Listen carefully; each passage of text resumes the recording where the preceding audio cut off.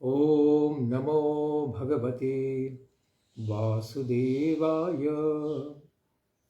ओम ज्ञानतिमिरान्धस्य ज्ञानाञ्जनशलाकया चक्षुरुन्मिलितं येन तस्मै श्री गुरवे नमः। हरे कृष्णा। सब भक्तों का स्वागत है प्रातःकालीन श्रीमद् भागवतम के पाठ में। हम श्रवण कर रहे श्रीमद् भागवतम का सप्तम स्कंद अध्याय 9। प्रहलाद महाराज अपने दिव्य प्रार्थनाओं को अर्पित करते हैं। वे कहते हैं कि उन मौनी बाबाओं से तो भक्त ही श्रेष्ठ होते हैं जो दूसरे जीवों के कल्याण के लिए भी भागवत धर्म का विशेष रूप से प्रचार प्रसार करते हैं। इसलिए वे भगवत भक्तों को ही मौनी तपस्वी बाबाओं से श्रेष्ठ समझते हैं। इसके आगे वे कहते हैं, रूपे इमे सदसती तव वेद सृष्टे बीजांकुरावीव न चान्यद रूपकस्य युक्ता समक्षमुभयत्र विचिन्वते त्वाम योगेन वह्निमिव दारुषो नान्यतः स्यात्। वे दोनों आपके दो रूपों को बतलाते हैं, कारण और कार्य। इस संसार में कार्य क्या है? यह जगत, और कारण है भगवान। लेकिन आप वस्तुतः प्राकृत रूप से तो रहित ही हैं। भगवान का कोई भौतिक रूप नहीं होता है, क्योंकि उनका रूप पूरी तरह आध्यात्मिक ही होता है। किंतु इन कार्य और कारण रूपों को छोड़कर आपके ज्ञान का कोई दूसरा साधन नहीं है। जो भौतिक दृष्टि रखने वाले लोग हैं वह तो केवल आपको यह विराट यानी जगत के रूप में ही देखेंगे, और जो कारण को देखते हैं वे आध्यात्मिक दृष्टि के द्वारा ही देखेंगे। जिस तरह मंथन रूप योग के द्वारा काष्ठ से यानी लकड़ी से अग्नि पैदा की जाती है, उसी तरह योगी जन अपनी भक्ति योग के द्वारा कार्य और कारण इन दोनों में आपका प्रत्यक्ष दर्शन ही कर लेते हैं।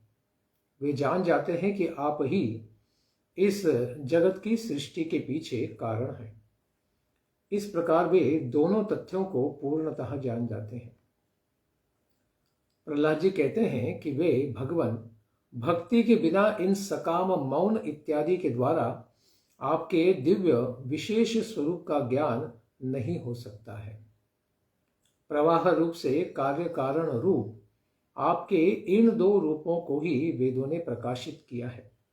जैसे श्रीमद् भागवतम के 3 स्कंद में हमने विराट रूप का विस्तृत वर्णन श्रवण भी किया है। ऐसे भगवान प्राकृत रूप से रहित हैं। अतएव आपके भक्तजन भक्ति योग के द्वारा ही आपका साक्षात्कार करते हैं। कार्य एवं कारण इन दोनों रूपों में अनस्यूत रूप से वह इस प्रकार से दर्शन प्राप्त कर लेते हैं। यह उसी तरह है जिस प्रकार मंथन के द्वारा, घर्षण के द्वारा काष्ठ से अग्नि को प्रकट कर दिया जाता है। इससे भिन्न प्रकार से आपका ज्ञान नहीं हो सकता है, अथवा ज्ञान के प्रकार को ही यहाँ पर बतलाया गया है। आपका ज्ञान इन दो रूपों से भिन्न प्रधान और परमाणु आदि से संभव नहीं है। इसलिए श्रुति भी तो कहती है स ऐक्षत, कि भगवान ने इस प्रकार सारी सृष्टि के ऊपर केवल दृष्टिपात डाला और सारे जीवों का फिर इस संसार में प्रवेश हो गया। उस परम ब्रह्म ने ही संकल्प किया था, अर्थात भगवान ने ही सृष्टि का क्या किया है? निर्मिति किया है। अतएव कारण होने से आप ही सर्वत्र व्याप्त हैं। ऐसे भगवान को सादर नमस्कार है। तो भगवान ने जड़ जगत में कौन कौन से तत्वों को प्रकट किया है, इसको बताते हैं प्रहलाद जी। त्वं वायुरग्निर् यदम्बुमात्रा प्राणे इन्द्रियाणि हृदयं चिदनुग्रहश्च सर्वं त्वमेव सगुणो विगुणश्च भूमन् अन्यत्वदस्त्यपि मनोवचसा निरुक्तम्। हे भूमन, अनंत प्रभो, वायु, अग्नि, पृथ्वी, आकाश, जल, पंच तन्मात्राएं, प्राण, इंद्रिया, हृदय, चित्त, अहंकार, संपूर्ण जगत एवं सगुण एवं निर्गुण भी तो आप ही हैं। मन और वाणी के द्वारा जो कुछ भी निरूपित किया जाता है वह भी आप ही हैं। आपसे पृथक इस संसार में कुछ भी नहीं है। भगवान से भिन्न कुछ भी नहीं है। क्यों? क्योंकि भगवान पिता स्वरूप हैं और सारी सृष्टि और जीव भी उनके क्या है? अंश और विभूति ही हैं। इस प्रकार से कहते हैं कि आपसे तो भिन्न कुछ भी नहीं है। आगे वे कहते हैं नैते गुणान गुणिनो महदादयो ये सर्वे मनः प्रभृतयः सहदेवमर्त्यः आद्यन्तवन्त उर्गाय विदन्ति हि त्वाम् एवं विमृश्य सुधियो वीरमन्ति शब्दात्। हे उर्गाय, हे समस्त कीर्ति के आश्रय भगवान, ये सत्वादि गुण और इन गुणों के परिणाम महत्त्व आदि देवतागण, मनुष्य एवं मन आदि कोई भी आपका स्वरूप जानने में समर्थ नहीं है। इसका कारण है कि ये सब आदि और अंत वाले हैं। इनका काल के प्रभाव में कभी तो उद्भव होता है और काल के प्रभाव में ही विनाश भी हो जाता है। और आप तो अनादि एवं अनंत हैं। आप सारे संसार से परे हैं और आपका कोई आदि भी नहीं और अंत भी नहीं, इसलिए आप अनादि और अनंत हैं। इस प्रकार से ही विचार करके ज्ञानी जन शब्दों की माया से उपस्थ हो जाते हैं। शब्दों के जाल से वे लोग परे हो जाते हैं। जो लोग भक्त नहीं होते हैं वे अपने व्याप्त भी आपको नहीं जान पाते हैं। ये सभी गुणों के अभिमानी देवता आदि और अंत वाले हैं, क्योंकि ये जड़ उपाधियां हैं। भले वो इंद्र हो, चंद्र हो, वायु हो, सूर्य हो, अग्नि हो या ब्रह्मपद भी हो। इस प्रकार से यह सब क्या है? जड़ उपाधियां हैं। अतएव अनादि एवं अनंत तथा उपाधि रहित आपको वे कभी जान नहीं पाते। इसी तरह से विचार करके विज्ञ पुरुष अध्ययन आदि व्यापार से उपरत हो जाते हैं। समाधि के द्वारा वे आपकी ही उपासना करते हैं, किसी और की नहीं। श्रुति भी तो कहती है किमर्था वयम अध्येष्यामहे किमर्थाम वयम यक्षामहे। अर्थात हम लोग वेदाध्ययन क्यों करें और यज्ञ क्यों करें। न्यानुध्यायेद बहुन शब्दान वाचो विज्ञापनम हितत्। अर्थात बहुत अधिक शब्दों का चिंतन न करें, वह वाणी की बर्बादी है। यानी समय और वाणी की सारी शक्ति इसके कारण क्या होती है? नष्ट होती है, व्यय होती है। इसीलिए स्मृति शास्त्र भी कहते हैं यदा ते मोह कलिलम। भगवद गीता में कहते हैं कि जब तुम्हारी बुद्धि अज्ञान रूपी कीचड़ को पार कर जाएगी तो हे अर्जुन, तुम श्रोतव्य तथा श्रुत ज्ञानों से निर्विण्य हो जाओगे। भौतिक संसार के किसी भी ज्ञान के प्रति तुम्हारी आसक्ति, आकर्षण बचा नहीं रहेगा, वह नष्ट हो जाएगा। क्योंकि भगवान अनंत के ही चरणों का ध्यान करने वाले विद्वत जन फिर इस भौतिक संसार के ज्ञान की कोई भी अपेक्षा नहीं रखते हैं। इसलिए भगवान को नमस्कार करके कहते हैं कि हम फिर क्या श्रवण करना चाहेंगे। तत्तेर्हत्तमनमः स्तुति कर्म पूजा कर्म श्रुतिश्चरणयोः श्रवणं कथायां संसेवया त्वयि विनेति षडंगया किं भक्तिं जनः परमहंस गतौ लभेत। तत् हे अहत्तमा नमः स्तुति। हे परम पूज्य भगवान, सारे संसार में ज्ञानी जन आपकी ही पूजा करते हैं, नमस्कार स्तुति समस्त कर्मों का समर्पण भी करते हैं, सेवा करते हैं, पूजा करते हैं, चरण कमलों का चिंतन भी करते हैं, चरणयोः स्मृति ही, तथा लीला कथा का श्रवण भी आपकी सेवा के इन 6 अंगों के बिना परमहंस को प्राप्त होने वाली आप में भक्ति कैसे हो सकती है। यानी भगवान की लीलाओं का श्रवण, कीर्तन और स्मरण यह अत्यंत आवश्यक अंग है। इनके बिना तो भगवान में भक्ति उत्पन्न भी कैसे हो सकती है। भक्ति के बिना आपकी प्राप्ति कैसे होगी। भक्ति के द्वारा ही तो भगवान की प्राप्ति हो सकती है। गीता में भी भगवान कहते हैं, भक्त्या माम अभिजानाति यावान यश्चास्मि तत्वतः, कि भक्ति योग के द्वारा ही केवल भगवान को जाना जा सकता है।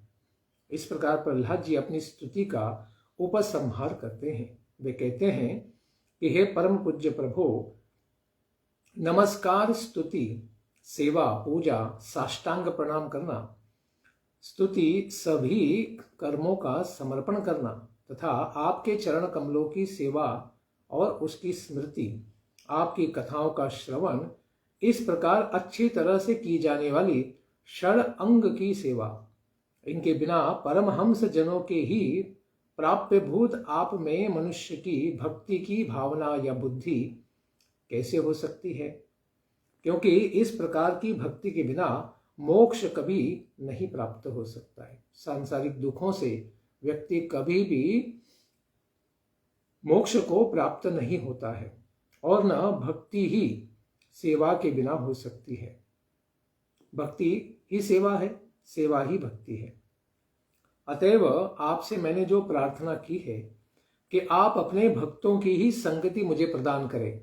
भगवान नारद मुनि जैसे महान संतों की सेवा में ही आप लगाइए, इस प्रकार से वे प्रार्थना करते हैं। यह प्रकरणार्थ है।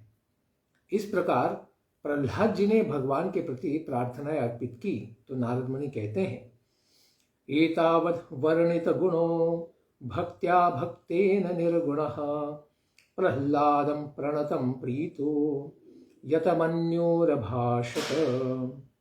नारद जी कहते हैं कि इस तरह से भक्त प्रहलाद के द्वारा प्रकृति तथा प्राकृत गुणों से रहित श्री भगवान के स्वरूप भूत गुणों का वर्णन किया गया। इसके पश्चात श्री भगवान के प्रति विनयावत वनत प्रहलाद से प्रसन्न श्री भगवान नरसिंहदेव अपने क्रोध से शांत हो जाते हैं, अपने क्रोध को शांत कर देते हैं और प्रहलाद जी से कहते हैं, श्री भगवान उवाच प्रहलाद भद्र भद्रम ते प्रीतोहम ते सुरोत्तम वरम व्रीणीष्वाभिमतं कामपूरोस्महं नृणाम। भगवान नरसिंहदेव कहते हैं, हे प्रहलाद, भद्रम ते, तुम्हारा परम कल्याण हो। क्यों? क्योंकि तुम ही स्वयं परम कल्याण स्वरूप हो। हे प्रहलाद, असुरोत्तम, सारे असुर कुल में उत्पन्न होने पर भी तुम सारे असुरों में उत्तम हो। भगवान गीता में भी कहते हैं, असुरा नाम प्रहलादोस्मि, सारे असुरों में मैं प्रहलाद की विभूति के द्वारा प्रकट होता हूँ। इसीलिए कहते हैं, अहम ते प्रीतः, मैं तुम पर बड़ा ही प्रसन्न हूँ। अभिमतम वरम वृणीष्व, इसलिए तुम क्या करो, हमसे कोई वरदान मांगो। अहम नृणाम काम पुरोस्मि, मैं सारे मनुष्यों की कामनाओं को पूर्ण करने वाला हूँ और तुम भी मेरे भक्त हो, तो तुम्हारी अवश्य ही मैं इच्छा को पूरा करूँगा। क्योंकि उपनिषदों में कहा भी है, एको बहुनाम यो विदधाति कामान, भगवान वे एक परम पुरुष हैं जो सारे दूसरे उनके अंशों के, दूसरे पुरुषों की सारी इच्छाओं को पूर्ण करने वाले हैं। इसी प्रकार वे कहते हैं, माम प्रीणत आयुष्मन दर्शनम दुर्लभम हिमे दृष्ट्वा माम न पुनर्जंतुर आत्मानं तप्तुमर्हति। हे आयुष्मान, मुझे प्रसन्न हुए बिना मेरा दर्शन अत्यंत दुर्लभ है। जब तक भगवान को कोई प्रसन्न नहीं करता है, तब तक कोई भगवान का दर्शन कदापि नहीं कर सकता है। किंतु जब मेरा दर्शन हो जाता है, तब प्राणी के हृदय में किसी भी प्रकार की जलन नहीं रह जाती है।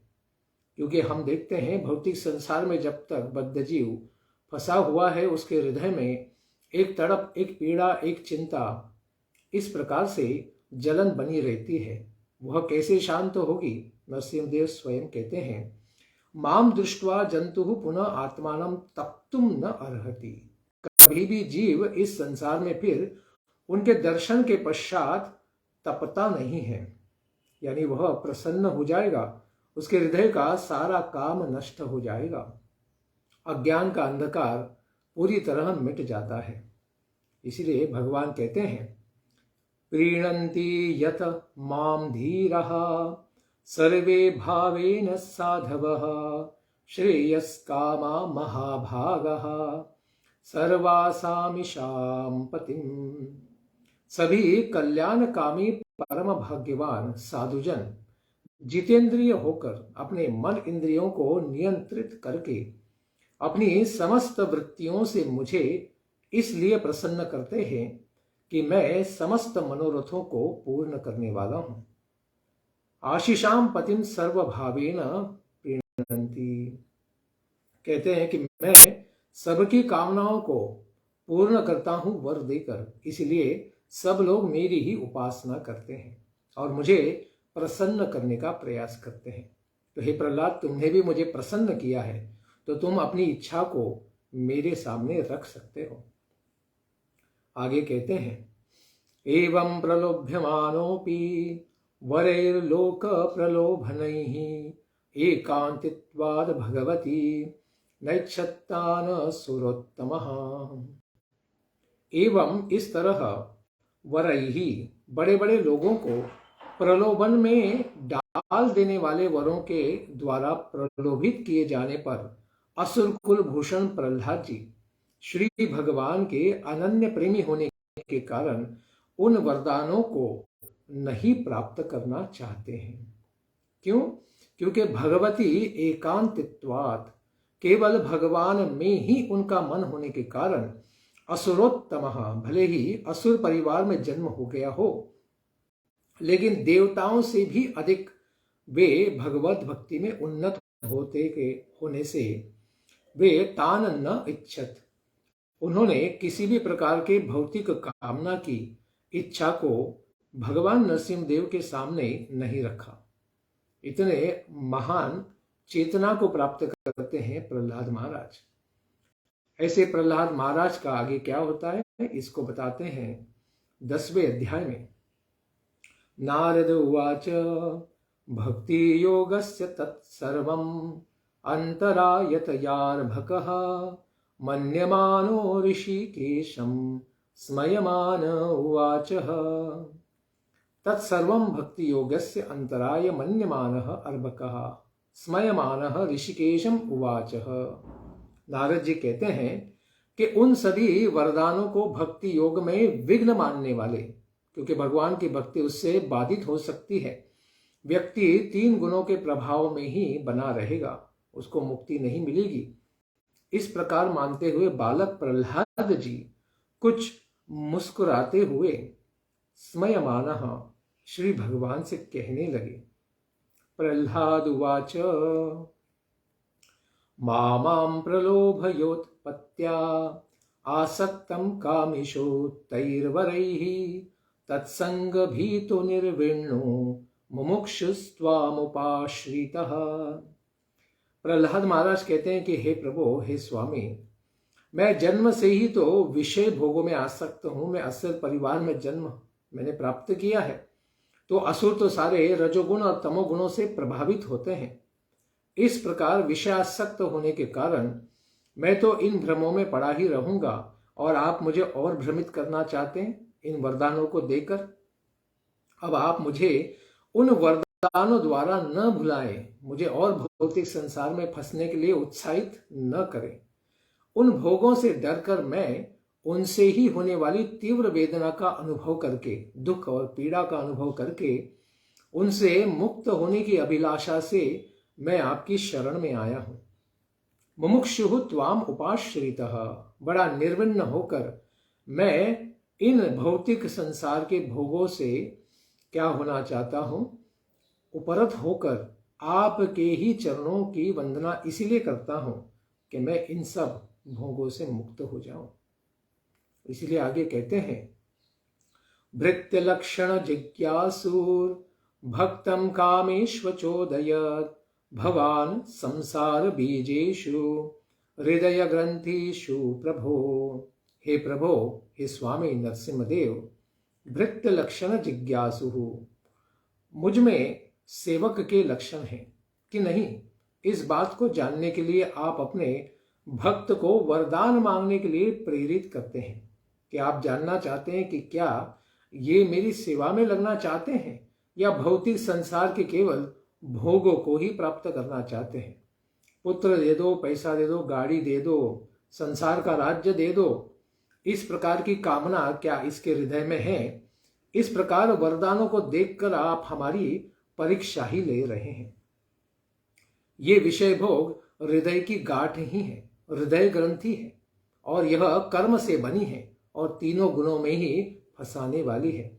कामेषु अचोदयत, और मजबूत करने वाले हैं इस संसार में और आत्मा को फंसाने वाले हैं, तथा बारंबार जन्म और मृत्यु के चक्र में ही डालने वाले हैं। हे प्रभु, क्या आप हमें बस इसी भौतिक संसार में फंसाना चाहते हैं?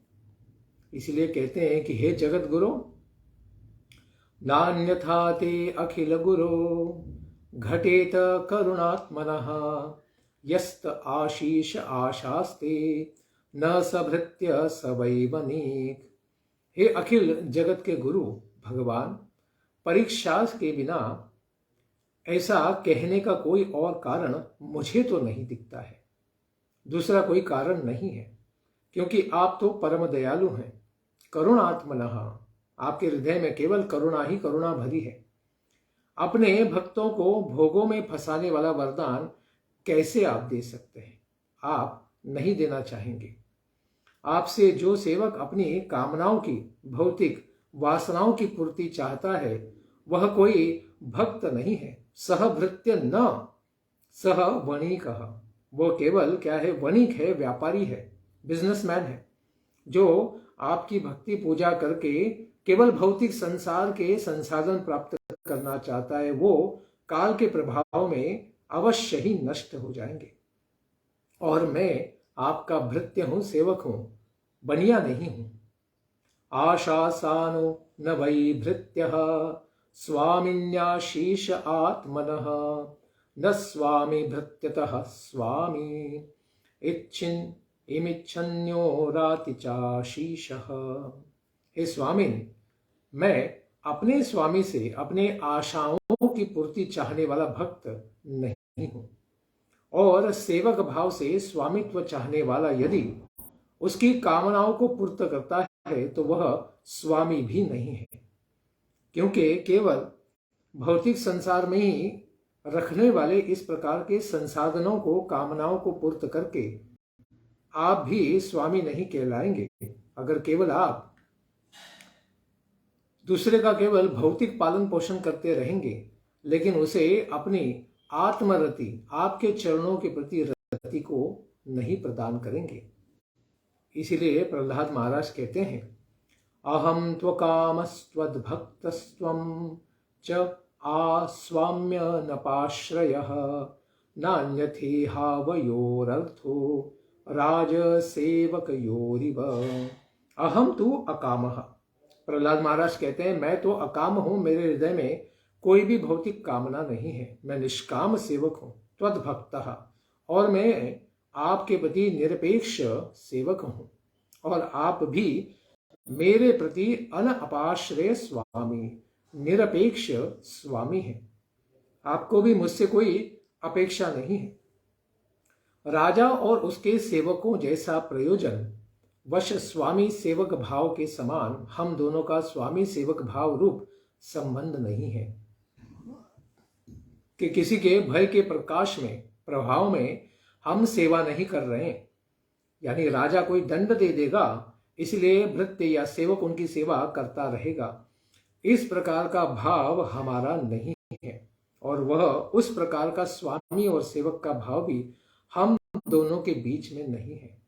इसीलिए हे प्रभु, आप तो वरदानों को देना चाहते हैं, इसीलिए वे कहते हैं यदीश राशीष मे कामान वराम स्वम वरदर्शभ कामानाम हृदय संरोहम भवतस्तु वृणे वरम। हे वरदर्शभ, आप वरदान देने वालों में शिरोमणि हैं। हे प्रभु, हे स्वामी, यदि मैं कामान वरान राशि, यदि आप मेरी कामनाओं के अनुसार आप वरदान देना ही चाहते हैं तो मैं आपसे क्या वरदान मांगता हूं? हृदि कामानाम असमरोह भवत वरम वृणे। मैं तो आपसे एक ही वरदान मांगता हूं कि मेरे हृदय में कभी भी कामना का बीज अंकुरित न हो। मैं किसी भी प्रकार से भौतिक संसारों को भोगने की अपेक्षा, इच्छा नहीं करता हूं। इसीलिए कहते हैं इंद्रियाणि मन प्राण आत्मा धर्मो धृतिर्मति रि श्री तेजस स्मृति सत्यम यस्य नश्यन्ति जन्मना।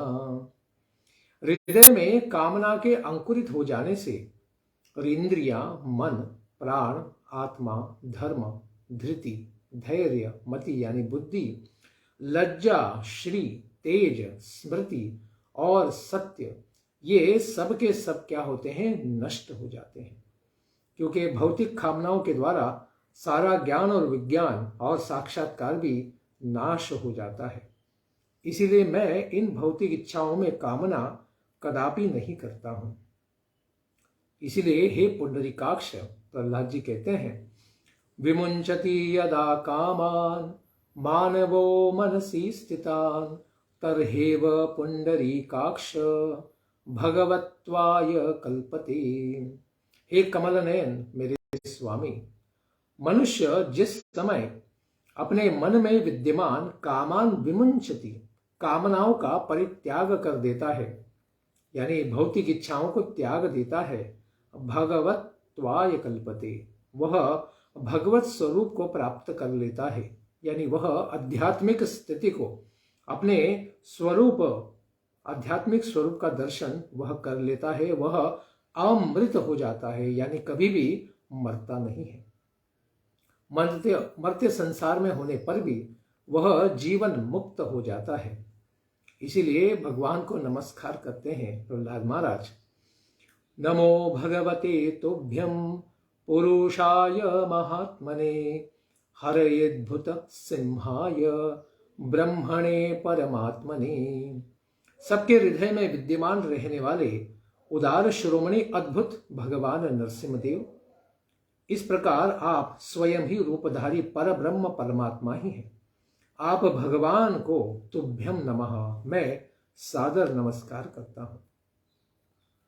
ऐसा भौतिक इच्छाओं से निरत होने का जब आशीर्वाद यहां पर इसकी ही कामना करते हैं प्रहलाद महाराज, तो नरसिंहदेव कहते हैं नैकांतिनो मे मयि जात्वीहाशीष आशा सते मुत्र च ये भगवत विधाः अथापि मन्वंतर मे तदत्र दैत्ये श्वराणामन्युभुङ्क्ष्व भोगान्। नरसिंहदेव भगवान कहते हैं कि प्रहलाद, तुम जैसे मेरे एकांती भक्त कभी भी मुझसे लौकिक अथवा पारलौकिक वस्तु के लिए कभी भी कामना या इच्छा नहीं करते हैं। भौतिक संसार में यानी इस पृथ्वी के ऊपर भी अखिल साम्राज्य की कामना भी वे नहीं करते और स्वर्ग पद को भी, ब्रह्म पद को भी प्राप्त करने की इच्छा नहीं करते हैं। फिर भी मेरे संतोषार्थ, मुझे प्रसन्न करने के लिए, आनंद देने के लिए इस मनवंतर पर्यंत तुम दैत्येश्वरों के समस्त भोगों को भोगो। तुम क्या करो, तुम्हारे पिता को, हिरण्यकशिपु को, सारे असुर कुल का जो राजा था, मैंने उसे मार दिया है। इसीलिए अभी यहाँ पर कोई लायक पात्र दूसरा राजा है नहीं। तुम ही हो जो असुरों का क्या कर सकते हो, कल्याण कर सकते हो। इसीलिए तुम क्या करो, एक मनवंतर समय तक, यानी 7वें मनवंतर जो अभी चल रहा है, वैवस्वत मनवंतर, यानी 71 दिव्य युगों तक, एक दिव्य युग में सत्य, त्रेता, द्वापर और कली, इस प्रकार चारों युग होते हैं। इस प्रकार 42 लाख से भी अधिक समय तक क्या करो तुम, जैसे एक मनवंतर होता है, यह इसमें तो 42 लाख गुनीला 71, इतना समय, इतने वर्षों तक तुम क्या करो, यहाँ पर दैत्यों का ईश्वर बन के समस्त भोगों को भोगते रहो। क्यों? क्योंकि संसार का पालन होना आवश्यक है। जैसे मनुष्यों के लिए मनु राजा है, वैसे ही असुरों के लिए भी राजा की आवश्यकता है। तो तुम सेवा के रूप में इस पद को स्वीकार करो। कथा मदीया जुषमाणः प्रिया स्वम आविश्य मामात्मनि सन्तमेकं सर्वेषु भूतेष्वधियज्ञमीशं यजस्व भो योगेन च कर्म हिन्वन्। तुम मेरी प्रिय लगने वाली कथाओं का प्रेम पूर्वक सेवन करो, यानी श्रवण करते रहो। सर्वदा एकमात्र तुमको ही अपने मन में आवेशित करके मेरा दर्शन तुम करते रहो। हमेशा ही मैं तुम्हारे हृदय में दर्शन देता रहूंगा तथा सभी भूतों में, सब जीवों में अधियज्ञ रूप से विद्यमान मेरे भक्तियों के द्वारा आराधना करके अपने प्रारब्ध कर्मों को क्षीण करो। तो तुम्हें क्या करना चाहिए? प्रारब्ध यानी अभी जो तुमने असुर कुल में जन्म लिया है, यह प्रारब्ध प्रकट हो चुका है। तो तुम क्या करो, इसी संसार में रहकर सब जीवों का कल्याण करते हुए, सबके हृदय में भगवान परमात्मा मेरा ही दर्शन करते हुए और मेरी कथाओं को श्रवण करते हुए तुम इस संसार में बचा हुआ जो समय है उसको यापन करो। आगे वे कहते हैं, इस प्रकार कर्मों के क्षीण होने पर क्या होगा? भोगेन पुण्यम कुशलेन पापम कलेवरम कालजवेन हित्वा कीर्तिम विशुद्धाम सुरलोक गीताम विताय मामेष्यसि मुक्तबंधः। भोगों के भोगने से, प्रारब्ध पुण्य कर्मों को क्षीण करके, क्योंकि पुण्य कर्म भी तो व्यक्ति करता है जिनके कारण फिर भौतिक संसार में भोगों की प्राप्ति होते हैं। इस प्रकार तुमने भी पुण्य किया है, तो उस प्रारब्ध कर्म को यानी पुण्य कर्मों को क्षीण करो। तुमने कोई पाप तो किया नहीं है, तुमने केवल भक्ति से सारे पापों को नाश कर दिया है। उसी के साथ निष्काम कर्मों के द्वारा पाप कर्मों के फल को नष्ट करना यह जीव का कल्याणकारी होता है। और तुम तो मेरी अत्यंत एकांतिकी निष्काम भक्ति को पहले से ही प्राप्त हो, तो तुम्हारे लिए तो कोई पाप बचे नहीं, कर्म फलों के बीज भी बचे नहीं। इस प्रकार काल के वेग से अपने शरीर का परित्याग करके कलेवरम हित्वा सुरलोक गीताम विशुद्धम कीर्तिम विताय मुक्त बंधः माम एष्यसि।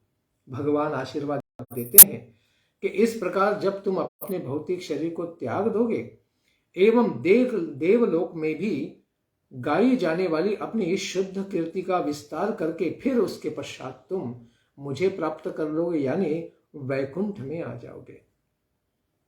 तुम इतने महान हो प्रहलाद कि देवता भी तुम्हारे दिव्य गुणों को गाते रहेंगे।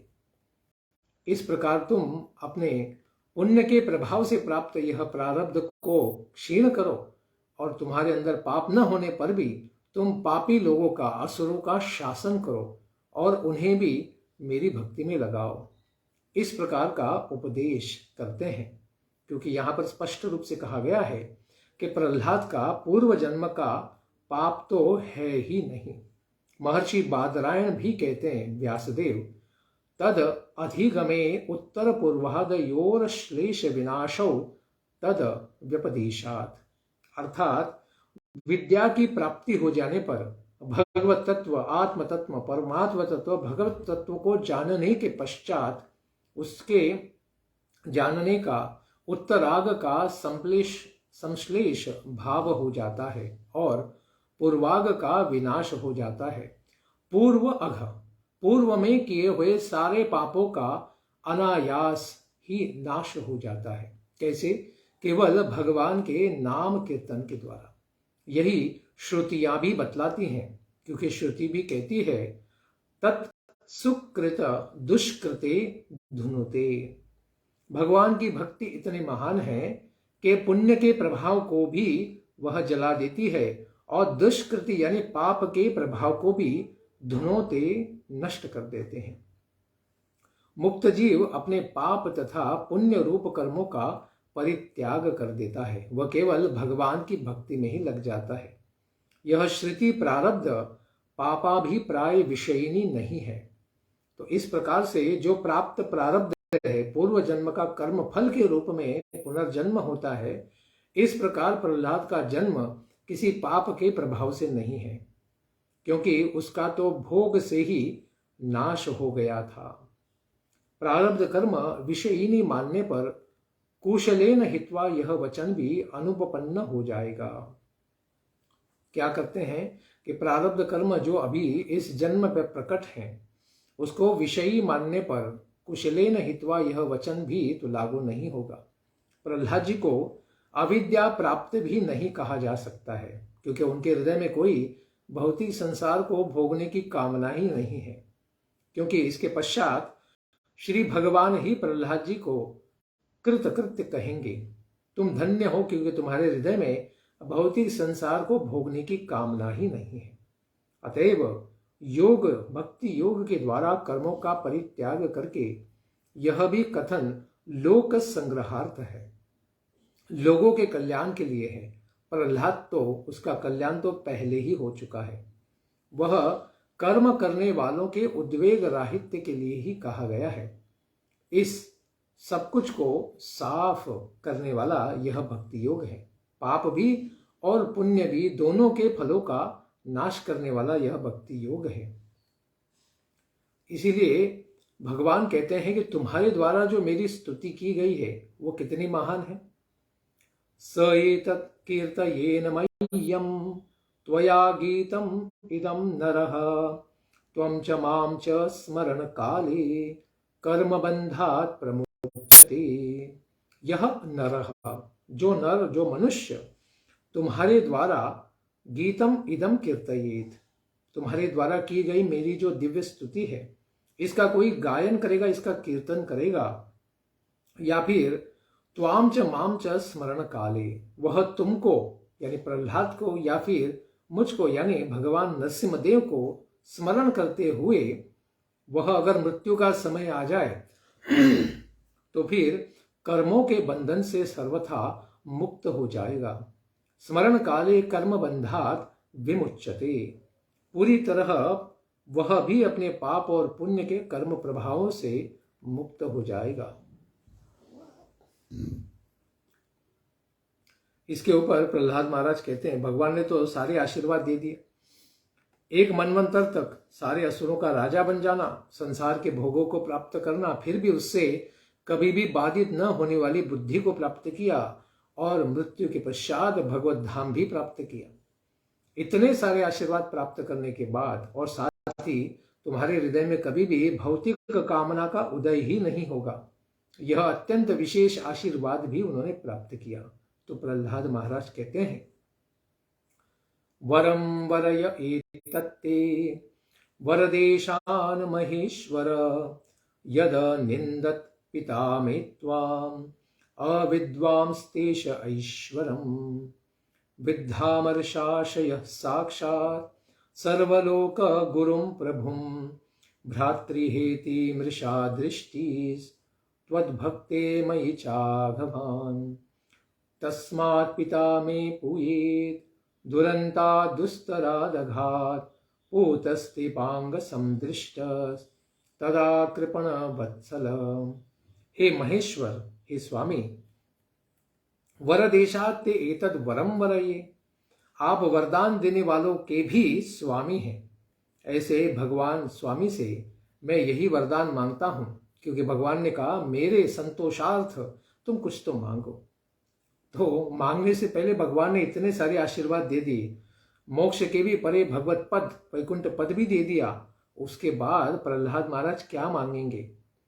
वे कहते हैं कि मैं, मेरे पिता जो आपके ईश्वरीय तेज को तथा सर्वशक्तिमान चराचर गुरु अखिल अखिल जगत गुरु साक्षात आपको नहीं जान सकने के कारण ही आपकी निंदा करते थे, अपराध करते थे। इस विष्णु ने मेरे भाई हिरण्याक्ष को मारा है, इस प्रकार का उनका भ्रम रहा।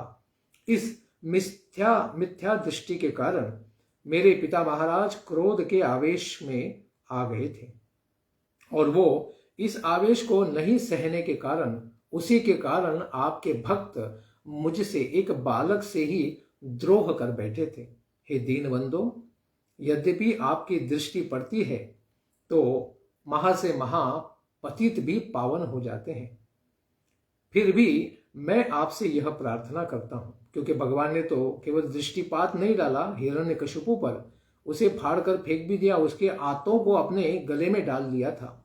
ऐसे भगवान से प्रहलाद कहते हैं कि मैं तो प्रार्थना करता हूं कि उस शीघ्र समाप्त होने वाले दुस्तर दोष से मेरे पिता भी पवित्र हो जाएं, क्योंकि उन्होंने आपका अपराध किया है, तो कृपा करके आप उन्हें क्षमा कीजिए। तो इसके ऊपर भगवान कहते हैं, त्रिसप्तभिः पूयिता पूतः पितृभिः सह ते नघ यत्साधोस्य गृहे जातो भवान वै कुल पावनः। हे अनघ, हे पाप रहित प्रहलाद, तुम अपनी बात छोड़ दो, अपने पिता की भी बात छोड़ दो। मैं तो तुम्हारे 21 पीढ़ियों के पितरों के साथ सब लोगों को पवित्र कर दूंगा। 21 पीढ़ियों में तुम्हारे पहले 10, तुम्हारे बाद में 10 और तुम 1, इस प्रकार से 21 पीढ़ियों में आने वाले सारे जो भी जीव होंगे सबको मैं पवित्र कर दूंगा। क्यों? साधो यत अस्य गृहे भवान वै कुल पावनः जातः, क्योंकि उनके घर में तुम जैसे वंश को पवित्र करने वाला महान मेरा भक्त प्रहलाद उत्पन्न हुआ है।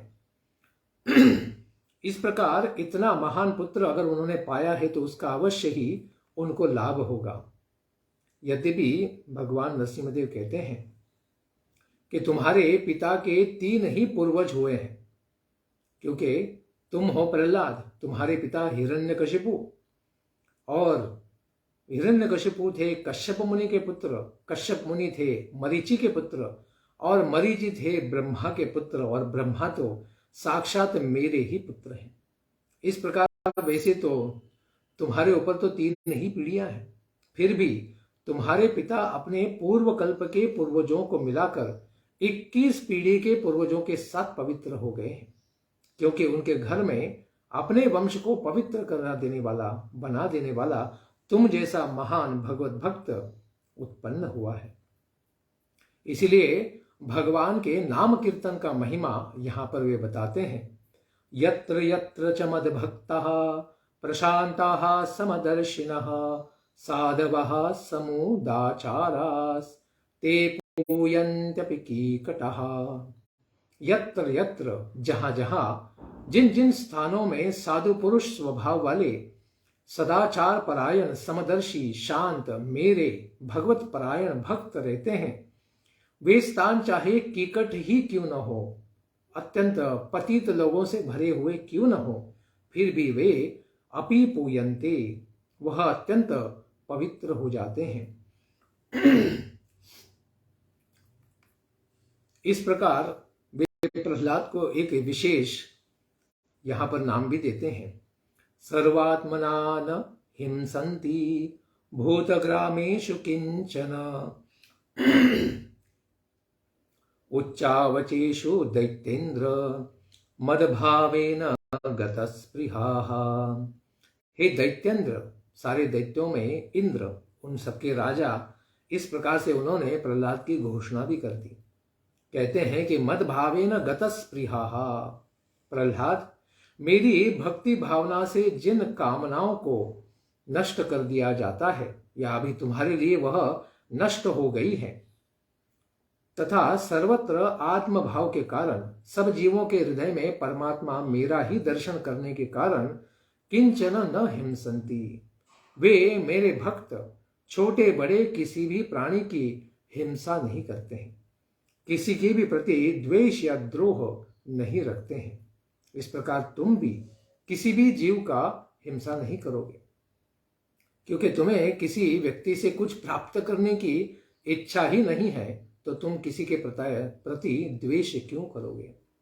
इसलिए वे कहते हैं कि तुम एक महान गुरु बनोगे, तुमने मुझे अखिल जगत गुरु कहा है, तो तुम भी जगत के गुरु बन जाओगे।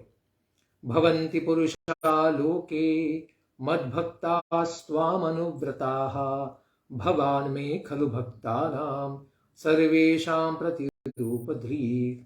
त्वामनुव्रता लोके ये पुरुषा मद्भक्ताः भवन्ति। संसार में जो भी मनुष्य तुम्हारे अनुयायी होंगे, तुम्हारे चरणों की वंदना करेंगे, वे भी मेरे भक्त ही हो जाएंगे। तो तुम तो मेरे सभी भक्तों के आदर्श हो। सर्वेषां मद्भक्तानां प्रतिरूप धृक्, यानी भगवान की भक्ति करते करते ऐसे मनुष्य जब तुम्हारे चरणों की वंदना करेंगे, तो तुम्हारी कृपा से वह मेरा भी आगे दर्शन कर पाएंगे, और वे सब लोग तुम्हें मेरे ही रूप में देखेंगे, यानी भगवान के ही प्रतिनिधि रूप में, गुरु रूप में, आचार्य रूप में दर्शन करेंगे। इसीलिए कहते हैं कि हे वत्स, कुरुत्वं प्रेत कार्याणि पीतुः पूतस्य सर्वशः मदंग स्पर्शनेनांगः लोकान्यास्यति सुप्रजाः। हे अंग, हे वत्स प्रहलाद, मेरे अंगों का स्पर्श हो जाने के कारण पूर्ण रूप से पवित्र बने हुए अपने पिता की अंत्येष्टि कर्म को तो करो। भगवान अभी आदेश देते हैं कि तुम्हें अपने पिता के जात कर्म करने चाहिए, क्योंकि अभी उनका मृत्यु हो चुका है, मैंने उनका कल्याण कर दिया है। तो अभी प्रेत कार्याणि, प्रेत कार्य करो, उनके शरीर को जलाकर उनको आगे बढ़ाओ अपनी यात्रा पर। तुम जैसे संतान को प्राप्त करने के कारण यह उत्तम लोकों में तुम्हारा चरित्र गाया जाएगा, और हिरण्यकशिपु का भी वहां पर अवश्य ही उल्लेख होगा, क्योंकि वे तुम्हारे पिता रहे, इसी के कारण उनका भी नाम सर्वत्र हो जाएगा। इसीलिए कहते हैं पितृं च स्थानमातिष्ठ यथोक्तं ब्रह्मवादिभिः मय्यावेश्य मनस्तात कुरु कर्माणि मत्परः। हे वत्स, तुम अपने पिता के पद पर स्थित हो जाओ। स्थानमातिष्ठ, क्यों? क्योंकि अभी तुम्हें ही इन असुरों का राजा बनना है, और वेदवादी मुनियों के अनुसार मुझ में अपना मन लगाकर तथा मत्परः कर्माणि कुरु, मेरे शरणागत रहकर ही तुम सभी प्रकार के भक्तिमय कार्यों को और वर्णाश्रम के कार्यों को संपन्न करो। इस प्रकार भगवान ने आदेश दिया प्रहलाद महाराज को। फिर नारद मुनि कहते हैं प्रहलादोपि यथा चक्रे पितुर्यत् सांपरायिकं यथाह भगवान राजन अभिषिक्तो द्विजोत्तमैः। नारद मुनि कहते हैं राजन युधिष्ठिर, जैसा कि भगवान ने कहा श्रेष्ठ ब्राह्मणों के द्वारा, और स्वयं वहां पर ब्रह्मा जी भी थे, ब्रह्मा जी के द्वारा भी अभिषिक्त होकर प्रहलाद जी ने भी अपने पिता की अंत्येष्टि क्रिया को संपन्न किया। उन्हें राजा के रूप में स्वयं ब्रह्मा जी ने ही स्थापित किया, और उसके पश्चात अंत्येष्टि क्रिया भी पिता की संपन्न कर दी गई। ऐसे भगवान को देखकर आगे क्या हुआ? प्रसाद सुमुखम दृष्ट्वा ब्रह्मा नरहरिं हरिं स्तुत्वा वाग्भिः पवित्राभिः प्राह देवादिभिर्वृतः। भगवान नरसिंह देव रूपधारी परब्रह्म परमात्मा को प्रसन्न देखकर सारे देवताओं से घिरे हुए ब्रह्मा जी अत्यंत पवित्राभिः वाग्भिः, अत्यंत पवित्र वाणियों से भगवान की स्तुति करने लगे। ब्रह्मोवाच देवाधिखिलाध्यक्ष भूतभावन पूर्वज दिष्ट्या ते निहत पापो लोक संतापनोऽसुरः। ब्रह्मा जी कहते हैं कि हे देवादिदेव जगतपति स्वामिन जगन्नाथ नरसिंहदेव, जीवों के जीवनदाता, यह बड़े सौभाग्य की ही बात है कि इस संपूर्ण जगत को दुख देने वाले महान असुर हिरण्यकशिपु को आपने मार दिया है। असुरः ते हतः योऽसौ लब्धवरो मत्तो न बध्यो मम सृष्टिभिः तपो योग बलोन्नतः समस्त निगमान हन्। इसने मुझसे यह जो वरदान प्राप्त कर लिया था कि मैं न दिन में मरूं न रात में, न ऊपर न नीचे, न अस्त्र से न शस्त्र से, बहुत सारे प्रकार से, इस प्रकार उसने मुझसे वर प्राप्त कर लिया था कि मेरी सृष्टि का कोई भी जीव उसे नहीं मार पाएगा। उससे तथा तपस्या योग तथा बल के कारण यह फिर अत्यंत उन्मत्त हो गया था, अहंकार में आ गया था। इसने संपूर्ण वेदवादियों का उल्लंघन कर दिया था, वेदवादियों का और वेद विधियों का, ब्राह्मणों का भी नाश किया, गौओं का भी नाश किया था। इस प्रकार इसने वेदों की सारी क्रियाओं का नाश करना शुरू कर दिया था। दिष्ट्यास्य तनय साधुर महाभागवतोर्भकः त्वया विमोचितो मृत्योर दिष्ट्या त्वां समितोऽधुना। यह भी सौभाग्य की ही बात है कि इसका पुत्र साधु स्वभाव का महाभागवत प्रहलाद है। आपकी कृपा से, नारद जी की कृपा से यह भक्त बन चुका है और इस बच्चे को आपने मृत्यु के मुख से भी अपने पिता से ही बचा लिया है। यह बड़े ही सौभाग्य की बात है कि आपके चरणों में ही यह प्रहलाद भी संपूर्ण रूप से शरणागत है। इसीलिए वे कहते हैं एतत् वपुस्ते भगवन् ध्यायतः प्रयतात्मनः सर्वतो गोप्त्री संत्रासान् मृत्योरपि जिगांसतः। हे भगवान, एकाग्रमणा होकर आपके इस रूप का ध्यान करने वाले को आपका यह रूप उसको सभी प्रकार के भयों से बचा लेगा। केवल भगवान नरसिंहदेव के दिव्य उग्र रूप को केवल दर्शन करने मात्र से, स्मरण करने मात्र से, ध्यान करने मात्र से व्यक्ति के हृदय का सारा भय नष्ट हो जाएगा। भूत प्रेत पिशाच इनसे वो कभी भी नहीं डरेगा। यहां तक कि मारने के लिए आई हुई मृत्यु से भी उसे बचा लिया जाएगा। इसके अनेक दृष्टांत भी संसार में श्रवण करने को मिलते हैं कि भगवान का मृत्यु के समय में अति प्रसंग में इस प्रकार से दर्शन किया जाए, स्मरण किया जाए तो उनके सारे भय भी नष्ट हो जाएंगे। इस प्रकार कहने पर भगवान नरसिंहदेव कहते हैं मयिवं वरो सुराणां ते प्रदेयः पद्म संभव वरः क्रूर निसर्गान् महीनामृतम यथा। हे पद्म संभव, मेरे ही क्या है नाभि कमल से उत्पन्न संभव होने वाले हे ब्राह्मण, हे ब्रह्मा जी, आपको असुरों को ऐसा वरदान नहीं देना चाहिए। असुरानाम एवं वरहते मां प्रदेयः, कभी भी असुरों को इस प्रकार के भयानक वरदान नहीं देने चाहिए। क्रूर स्वभाव वाले को वरदान तो सर्पों को दूध पिलाने के समान ही होता है। वरह अहीनाम अमृतम यथा, अमृतमयी दूध को ही पिलाने के समान यह सांप उस अमृत को पीकर भी केवल जहर ही उगलेंगे, दूसरे जीवों को संताप ही देंगे। इस प्रकार आप कभी भी असुरों को इस प्रकार के आशीर्वाद वरदान न दिया करें। इसके ऊपर नारद मुनि कहते हैं इत्युक्त्वा भगवान राजंस तत्रैवान्तरदधे हरिः अदृश्यः सर्वभूतानां पूजितः परमेष्ठिना।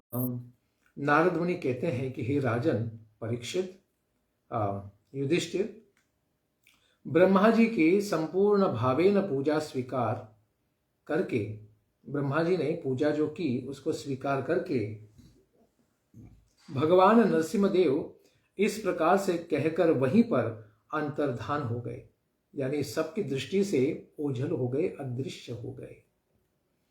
ऐसे प्रहलाद महाराज के द्वारा भगवान की दिव्य स्तुति को गाया गया। उसके पश्चात ब्रह्मा जी द्वारा सब लोगों ने भगवान की आरती भी की और फिर भगवान वहां से अदृश्य हो गए। ततः संपूज्य शिरसा ववंदे परमेष्ठिनम भवं प्रजापतिं देवान् प्रह्लादो भगवत कलह।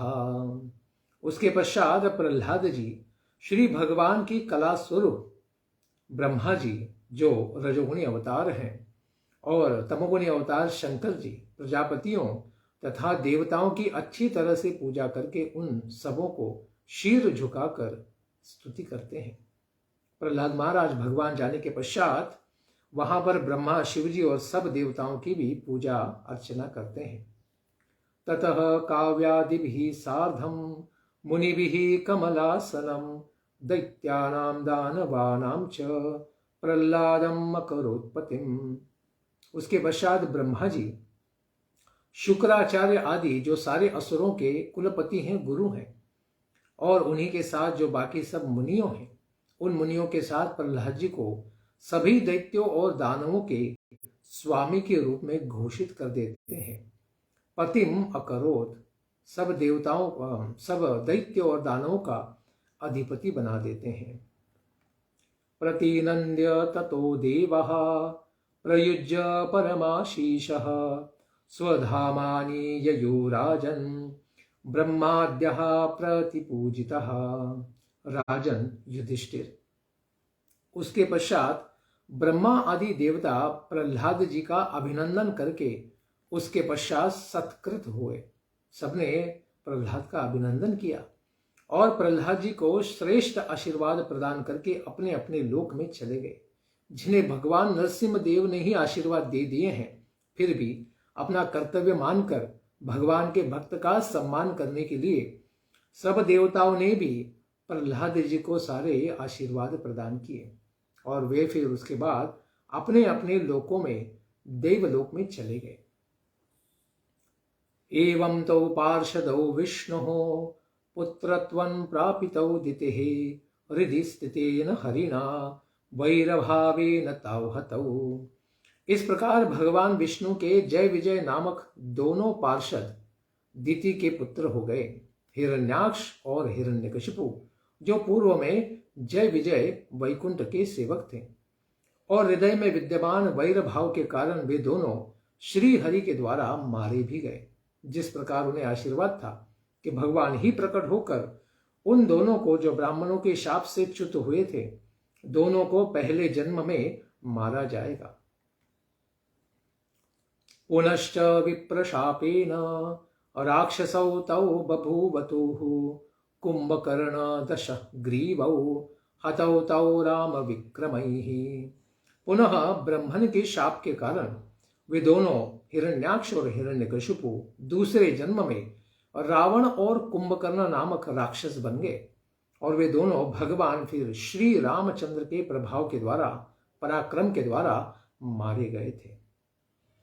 इस प्रकार उनका अगले जन्म में भी उद्धार होता है भगवान के ही द्वारा।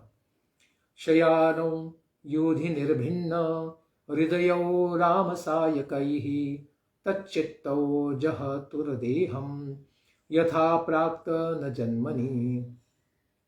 भगवान श्री रामचंद्र जी के बाणों से उन दोनों का हृदय फट गया था। भगवान ने दोनों को हृदय में बाण मारकर ही मारा था। वे पूर्व जन्म के ही समान श्री राम में ही अपने मन को लगाते हुए युद्ध के मैदान में सो गए। उन्हें युद्ध में ही मारा गया। इस प्रकार वे दूसरे जन्म में भी भगवान के द्वारा ही मारे जाते हैं। उसके बाद वे तीसरे जन्म में क्या बनते हैं? ताविहाथ पुनर्जातौ शिशुपाल करुषजौ हरो वैरानुबंधेन पश्यतस्ते समीयतुः। उसके पश्चात वे दोनों इस संसार में द्वापर युग में प्रकट होते हैं। शिशुपाल और करुषच यानी दंत वक्र के रूप में आते हैं। वे श्री हरि में पुनः वैर भाव होने के कारण वो दोनों के दोनों भगवान के ही सामने भगवान श्री कृष्ण के द्वारा मारे जाते हैं और फिर सायुज्य को प्राप्त कर लेते हैं, यानी वे भगवान के धाम चले जाते हैं। एनः पूर्वकृतं यत्त राजानः कृष्णवैरिणः जहुस्त्वन्ते तदात्मानः कीटः पेशस्कृतो यथा। कृष्ण वैरिणः भगवान श्री कृष्ण की शत्रुता करने वाले सभी राजागण अंत समय में भगवान श्री कृष्ण का स्मरण करके तदरूप होकर यानी भगवत धाम में वैकुंठ के भगवान के सेवकों के समान ही रूप को प्राप्त करके अपने पूर्वकृत पापों से सदा के लिए मुक्त हो गए। पेशस्कृत कीटो यथा अंते जहुहु, इस प्रकार भगवान के धाम को प्राप्त करेंगे। जैसे भृंगी से पकड़ा गया कीड़ा भय के कारण भृंगी का ही रूप प्राप्त कर लेता है, तो यह सारे आसुरिक राजा और राक्षस यह सब भगवान से द्वेष करने के कारण हमेशा ही भगवान का चिंतन करते रहेंगे। और ऐसे चिंतन के कारण ही कीड़े को जब भृंगी पकड़ लेता है तो भृंगी के भय के कारण उसका चिंतन करने से वह कीड़ा भी भृंग ही बन जाता है। उसी प्रकार से यह सारे जीव भी भगवान का स्मरण करने के कारण भगवान के ही समान दिव्य रूप को धारण करके उनके वैकुंठ धाम को प्राप्त कर लेते हैं। इस प्रकार भक्ति की महिमा को बताते हैं।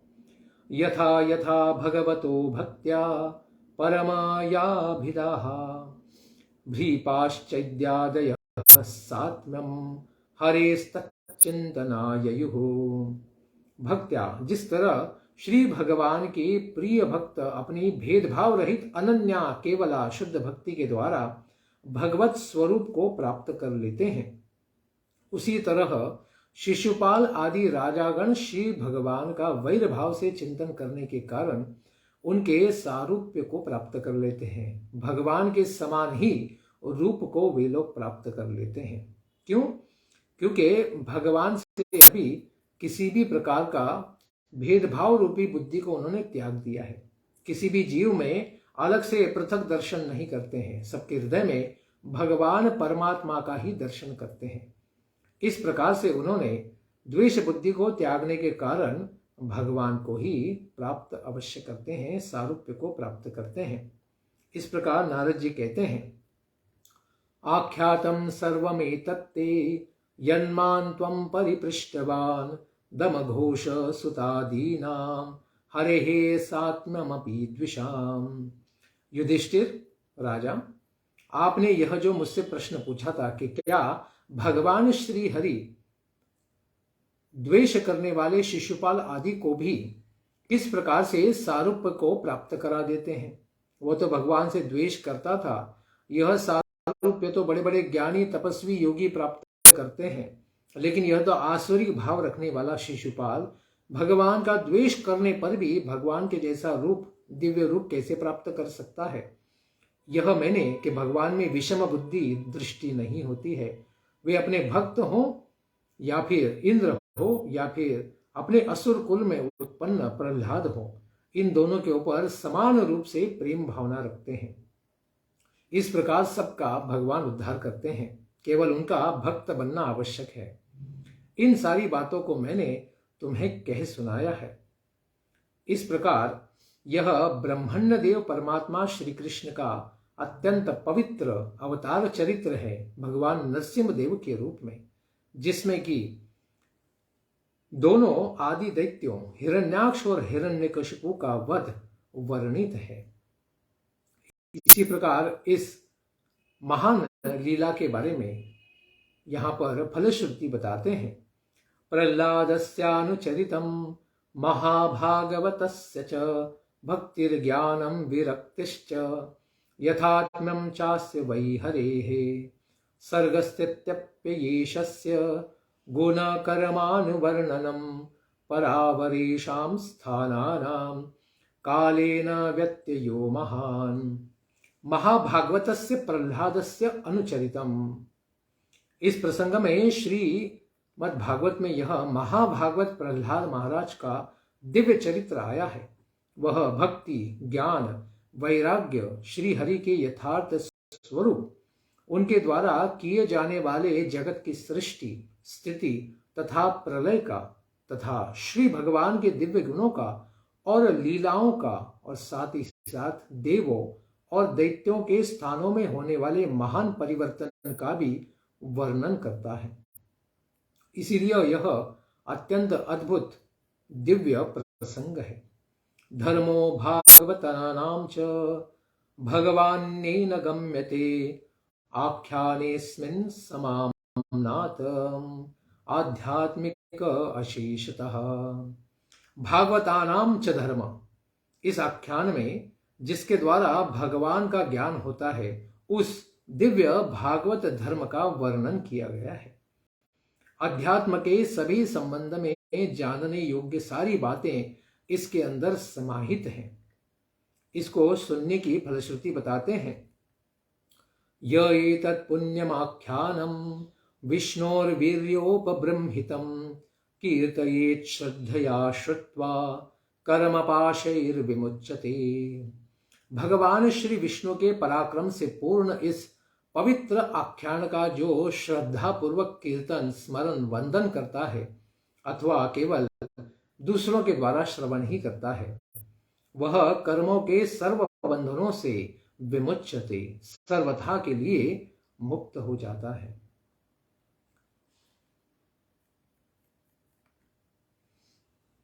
और इसके पश्चात वह सर्व कर्म बंधनों के मुक्त होने के पश्चात कहां पर जाता है?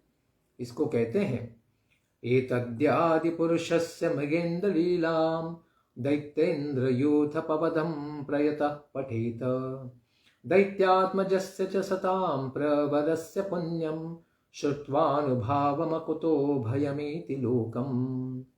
जो मनुष्य परम पुरुष भगवान परमात्मा श्री नरसिंहदेव की इस मृगेन्द्र लीला को, नरसिंह लीला को, हिरण्यकशिपु के वध को और संत प्रवर श्री प्रहलाद जी महाराज के पुण्य प्रभाव को सुनकर पढ़ता है, वह श्री भगवान नरसिंहदेव के वैकुंठ लोक में जाता है। प्रयतः पठेत अकुतो भयम लोकम इति। ऐसे भगवान के लोक में जहां पर कुंठा कभी भी नहीं होती है, दुख और चिंता नहीं होती है, ऐसे अमर पद को प्राप्त कर लेता है। योऽयं नृलोके बत भूरि भागा लोकं पुनाना मुनयोऽभियन्ति येषां गृहाणा वसतीति साक्षात् गूढ़ं परम ब्रह्म मनुष्यलिंगम। राजन युधिष्ठिर, आप लोग निश्चित रूप से इस मनुष्य लोक में अत्यधिक भाग्यवान हैं, नारद मुनि कहते हैं, क्योंकि आप लोगों के घरों में मनुष्य रूपधारी परब्रह्म परमात्मा भगवान श्री वासुदेव स्वयं ही छिप कर रहते हैं और उनका ही दर्शन करने के लिए संसार को पवित्र कर देने वाले मुनिजन चारों ओर से आया करते हैं। सब लोग आकर दर्शन करते हैं और हम भी आकर दर्शन करते हैं। इस प्रकार आप अत्यंत महान हैं पांडवजन। सवा अयम ब्रह्म महद विमृग्य कैवल्य निर्वाण सुखानुभूति प्रियः सुहृद्वः खलु मातुलेय आत्मार्हणीयो विधिकृत गुरुश्च। निश्चित रूप से वे ही परब्रह्म बड़े बड़े महापुरुष उनका ही अन्वेषण करते हैं, संशोधन करते हैं अपने हृदय के अंतर। वे माया के लेश से रहित हैं, माया के गुणों से उनका कोई संपर्क नहीं है। वे परम शांत है, परमानंद अनुभव का स्वरूप है। वे ही तुम्हारे प्रिय हितैषी, तुम्हारे ममेरे भाई हैं। वे पूजनीय तथा आज्ञाकारी सेवक हैं तुम्हारे, और वे ही परमात्मा गुरु हैं और आत्मा है सबके हृदय में। वे परमात्मा स्वरूप भगवान श्री कृष्ण ही तुम्हारे घर में विचरण कर रहे हैं। तुम बड़े भाग्यशाली हो युधिष्ठिर। न यस्य साक्षात् पद्मजादिभिः रूपं धिया वस्तुतयोपवर्णितं मौनेन भक्त्योपशमेन पूजितः प्रसीदतामेष स सात्वतां पतिः। शंकर जी, ब्रह्मा जी आदि अपनी सारी हमारी बुद्धि का उपयोग करके इनका इदम इत्थंतया वर्णन नहीं कर सकते हैं। भगवान के नाम गुण रूप लीला की महत्ता का वर्णन परिपूर्ण रूपेण न ब्रह्मा न शिवजी कोई नहीं कर सकते हैं। और नारद जी कहते हैं कि मैं तो उनकी पूजा मौन, भक्ति और संयम के द्वारा ही करता हूं।